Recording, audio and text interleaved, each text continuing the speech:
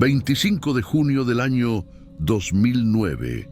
Las noticias interrumpieron la programación habitual con una frase imposible de procesar. Michael Jackson ha muerto. El mundo entero contuvo la respiración. El hombre que había reinventado la industria musical con un solo guante blanco, el que transformó su piel, su voz y su identidad frente a millones, había dejado de existir. Pero su cuerpo, silencioso en la mesa metálica del forense del condado de Los Ángeles, no se fue sin antes hablar. La autopsia no fue solo un documento clínico. Fue un testimonio sin censura de los secretos físicos, emocionales y farmacológicos de una de las figuras más enigmáticas de la historia moderna. Este no es un escándalo más. Es la historia real, quirúrgicamente detallada, de cómo un ícono global terminó consumido por su propia rutina química, sin dejar rastros de una cena, pero con el cuerpo marcado por décadas de lucha contra su reflejo, su dolor y el insomnio. Cuando el equipo forense examinó el cadáver de Michael Joseph Jackson, lo primero que les sorprendió fue lo que no encontraron. Un hombre de 50 años, uno con la agenda más exigente del mundo del espectáculo, con un historial público de colapsos, hospitalizaciones y cirugías, y sin embargo no tenía enfermedades cardíacas, ni signos de daño hepático, ni indicios claros de alguna patología terminal. Medía 1,75 m, pesaba apenas 61 kilos. Su cuerpo era delgado, frágil, pero mantenido. Una palabra ambigua, porque lo que la báscula y los órganos no revelaban, su piel lo gritaba. Había cicatrices detrás de ambas orejas, típicas de lifting facial, y una línea de incisiones ocultas en la base del cuello. El ombligo también mostraba señales de intervención quirúrgica en sus brazos, muñecas y tobillos. Otras cicatrices menores, restos de procedimientos estéticos y médicos acumulados a lo largo de los años. Pero lo más llamativo estaba en su rostro y cuero cabelludo. Michael sufría vitiligo, una enfermedad que despigmenta la piel, lo cual explicaba su tono pálido. Sin embargo, los peritos forenses detectaron que la piel había sido tratada químicamente, lo que indica que el proceso fue acelerado o mantenido con intención. También tenía tatuajes cosméticos en los labios, en las cejas y en la línea del cabello, aplicados para disimular los efectos de la despigmentación, la calvicie frontal y el uso constante de pelucas. El cuero cabelludo, de hecho, reveló una verdad dolorosa. Tenía zonas completamente calvas y otras cubiertas con una capa de pigmento oscuro artificial para ocultar la pérdida de cabello. En la zona abdominal, el estómago estaba prácticamente vacío, ni rastros de comida. Solo cápsulas, vitaminas, suplementos y nada más. En sus pies, infecciones fúngicas no tratadas. En los brazos y piernas, una constelación de marcas de aguja tan repetidas que la piel había formado nódulos. Eran huellas de inyecciones intravenosas regulares y en una de sus costillas una fractura reciente, probablemente resultado de los desesperados intentos de reanimación. Todo eso sin una palabra, sin una explicación oficial, pero el cuerpo hablaba y cada marca era una confesión muda.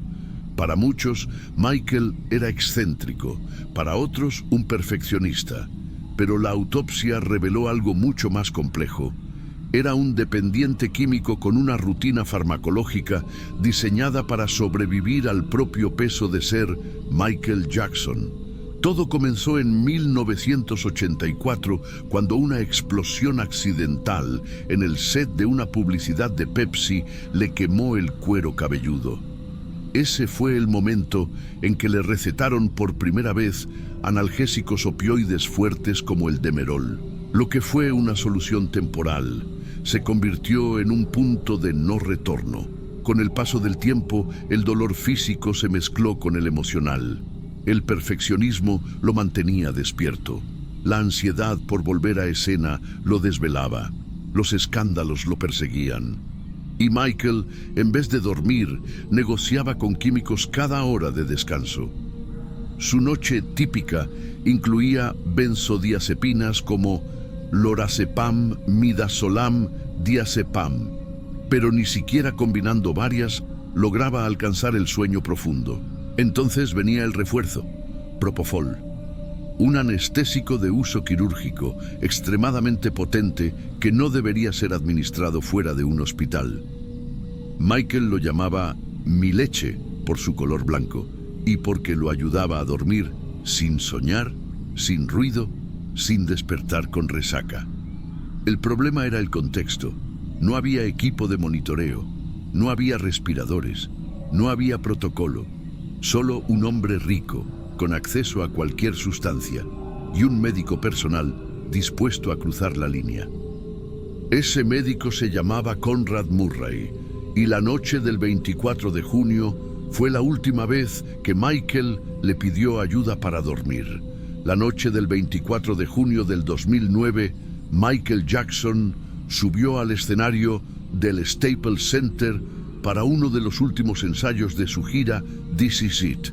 Se movía como un fantasma, preciso, brillante, pero agotado. Nadie que lo viera sospechaba que en menos de 12 horas estaría muerto. Volvió a casa pasada la medianoche. Su mansión de Holmby Hills, lujosa pero silenciosa, parecía más una clínica clandestina que un hogar. Conrad Murray, su médico personal, lo esperaba con una rutina ya ensayada. Sedantes orales, inyecciones controladas, luces tenues y la esperanza de que, esa vez, el sueño llegara.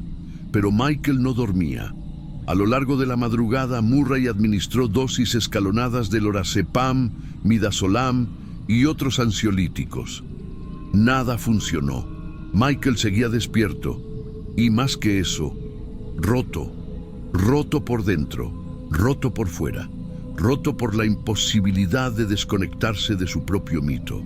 Cerca de las 10 de la mañana, Jackson suplicó por lo único que, según él, le ofrecía descanso real: propofol. Murray dudó, pero cedió. Le colocó una vía intravenosa y, sin equipo hospitalario, sin personal asistente, sin monitores, inyectó una sustancia que solo debería usarse en quirófanos. A las 10:50, Michael finalmente cerró los ojos. 15 minutos después, dejó de respirar. Cuando Conrad Murray volvió a la habitación y notó la ausencia de respiración, fue demasiado tarde. Intentó reanimarlo. Masajes cardíacos, administración de flumacenil, un antídoto para benzodiazepinas. Pero era inútil. Lo más alarmante, Murray no llamó al servicio de emergencias de inmediato. Perdió minutos vitales intentando resolverlo solo. La llamada al 911 llegó recién a las 12:20 del mediodía. Los paramédicos llegaron rápido. Encontraron a Michael sin pulso. Intentaron desfibrilación, medicación de emergencia, intubación. Lo trasladaron al Ronald Reagan Oakley Medical Center. A las 2:26 de la tarde, Michael Jackson fue declarado muerto.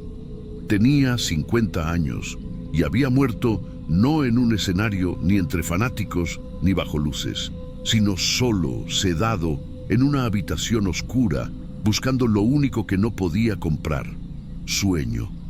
Lo que siguió fue una tormenta legal.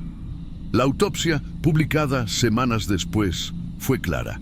Causa de muerte: intoxicación aguda por propofol. Condición contribuyente: efecto combinado de benzodiazepinas. Modo de muerte: homicidio. El propofol no es un sedante corriente, es un anestésico quirúrgico que deprime el sistema nervioso central. Administrarlo fuera de un entorno hospitalario sin supervisión era una negligencia criminal. Conrad Murray fue arrestado. Durante el juicio se revelaron los detalles de la rutina que mantenía con su paciente: administración nocturna de medicamentos sin registros escritos, ocultamiento de fármacos, demoras en llamar a emergencias, falta de equipamiento básico de resucitación.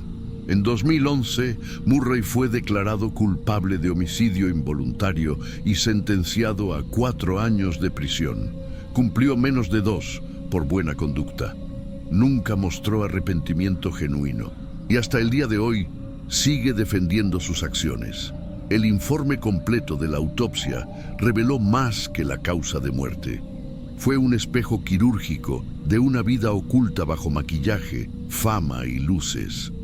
Michael Jackson no usaba drogas ilegales, no tenía alcohol en sangre, no era un junkie como algunos titulares sensacionalistas insinuaban, pero su cuerpo estaba dominado por medicamentos legales, prescritos, dosificados y mal utilizados dentro de un sistema que lo trataba más como producto que como persona. La piel blanca, el rostro simétrico, el cuerpo delgado, todo era una construcción. Una lucha contra la genética, la edad, el trauma y la expectativa. Incluso muerto, Michael seguía intentando controlar su imagen, pero en la mesa del forense no había cámaras, solo bisturís y verdades. Michael Jackson quería ser eterno y de alguna manera lo logró. Sus pasos, sus canciones, su silueta siguen vivos en millones, pero la autopsia mostró la parte que nadie aplaudía: el costo físico y psicológico de sostener un personaje que había dejado de ser humano. Murió intentando dormir, murió intentando descansar de sí mismo, murió porque nadie se atrevió a decirle no. Y al final, su historia no es solo una tragedia personal, es una advertencia incómoda. ¿Qué precio estás dispuesto a pagar por nunca dejar de brillar?